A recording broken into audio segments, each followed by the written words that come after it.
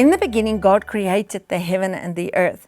Now, this concept of heaven and earth is greatly misunderstood. We all grew up that one day we'll go to heaven where there are streets of gold and there's a mansion for us, and it's like portrayed as a planet that's somewhere we're going. But this is not what it says here. I got the understanding that heaven is the eternal dwelling of God. What? It says here, in the beginning, God created the heaven and the earth. Heaven is a realm that coexists with the earth, that was created the same time earth was created, and it works with the earth. Now, a big key to understanding heaven and earth we find in Isaiah 66, where he says, heaven is my throne and earth is my footstool. Heaven, the realm where things are worked out from, and earth is where this power that comes from head office is worked out. So we read in Daniel where the throne was set in the heavenly places, and the Ancient of Days came in, and as he sat, in came the Son of Man on the clouds of heaven. So heaven is this realm of managing and where everything came together for earth. Right through from the time of Moses, heavens opened up. It was a succession of heaven opening up. And the first person that ever saw heaven like opening up was Jacob. He saw a ladder and the angels ascending and descending. And he was lying with his head upon the rock, which is Christ. It was all foreshadowing of what was to come. So when Jesus called Nathanael said, you're the Son of God. He says, you've seen nothing yet. Now you'll see the angels ascending and descending. And there comes the fulfillment of what Jacob, the man, the supplanter, was dreaming. And he called the place Bethel, the house of bread. So Jesus is actually announcing, I am bringing bread to you. This is why I said, eat of me. They didn't want to. Now his body was broken, and we can still eat of him all the time. Taste and see that the Lord is good. So heaven is not God's dwelling.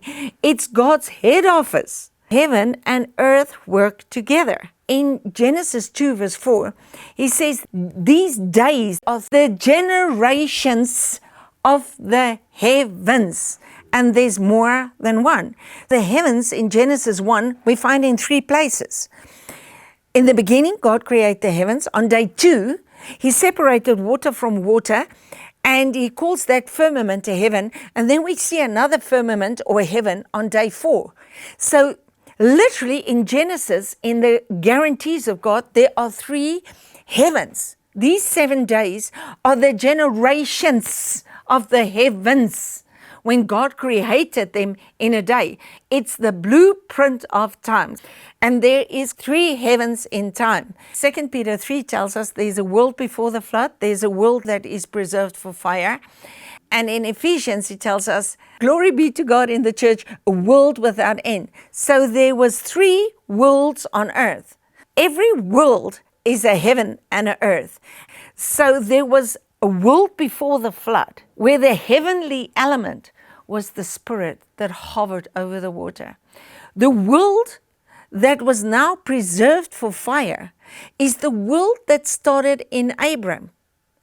And this is a big turning point. Joseph, he had a dream about the sun and the moon and the stars bowing before him, which was the heavenly elements of the law world, which came to an end in Christ. Christ is the end of the law to all those believed.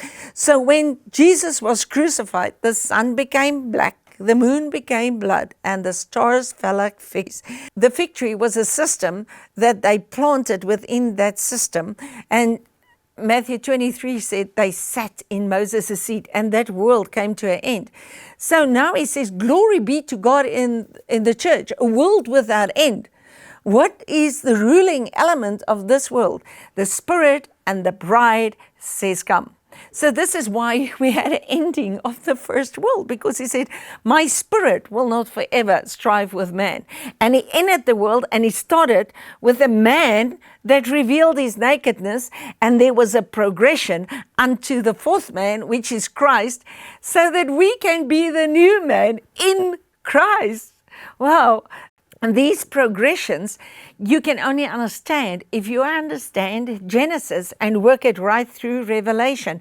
Otherwise, you will just be lost in the corridors of time. So if heaven is the headquarters, where is God's dwelling? 6 times in Psalms, he says, my glory is above the heavens. He says, I ride the heavens. Wow. God does not have a beginning and an ending. Time has a beginning and an ending. God is above the heavens. Heaven works with earth in 3 different worlds. When the Bible talks about the end of the world, he does not talk about us. It's not our time. So we must not confuse the end of earth, the end of time, and the end of the world. Revelation deals with the end of the law world.